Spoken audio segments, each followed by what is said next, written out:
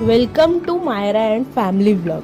तर सकाळी उठल्यावरती मायरा आत्याबरोबर म्हणजेच तिच्या नानीबरोबर देवपूजा करत होती.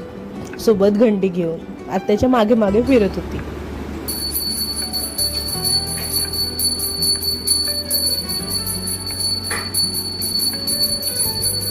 त्यानंतर आत्याने कोकणचा ओजी नाश्ता बनवला होता, म्हणजेच घावणे आणि चटणी. मायराला आणि मला खूप आवडतात.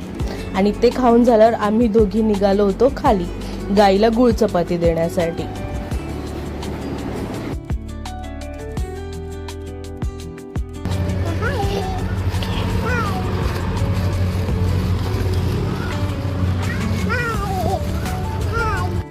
घरात खूप सारे चिकू होते, ते सुद्धा आत्याने दिले होते गाईंना खायला देण्यासाठी. मायराला सांगितलं गाईला एखाद्या चिकू दे, पण मायरा खूप घाबरायला लागली. बोलते हम्मा मला चावेल. आई तू पण हात पुढे करू नको, तुलाही देखील चावेल, नको जाऊ तिच्याजवळ. ती खूप घाबरत होती गाईंना बघून. आता येताना आहे ना, मी बिल्डिंगच्या कंपाऊंडमध्ये ऑरेंज कलरच्या फुलांची झाडं पाहिली होती. या फुलांना नक्की काय बोलतात ना ते मला माहिती नाही, तुम्ही कमेंट करून नक्की सांगा जर तुम्हाला या फुलांचं नाव माहिती असेल तर.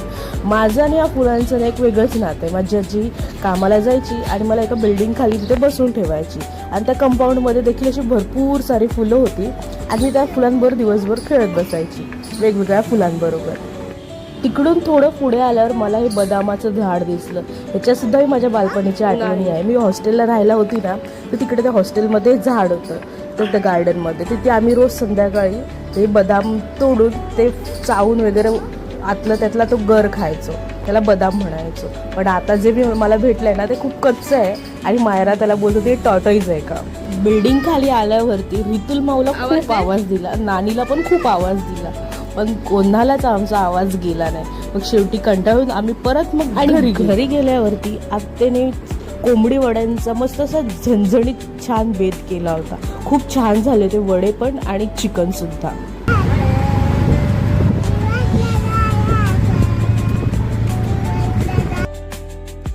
ऐकलात ना. तर संध्याकाळी आम्ही तिघी डीमार्टला गेलो होतो, मी, मायरा आणि आत्या. डीमार्टमध्ये मायराने एवढा धुमाकूळ घातला होता ना का विचारूच नका. नेहमी डीमार्टमध्ये गेलं ती खूप धुमाकूळ घालते, म्हणून मी तिला ना डीमार्टमध्ये कधीच नेत नाही. मायरा आहे ना काउंटरला आल्याबरोबर माझ्यावर खूप भांडत होती, कारण का तिने ट्रॉलीमध्ये खूप खेळणी आणि खूप सारे शूज भरले होते, ते मी कमी केले, त्यासाठी ती माझ्यावर खूप भांडत होती.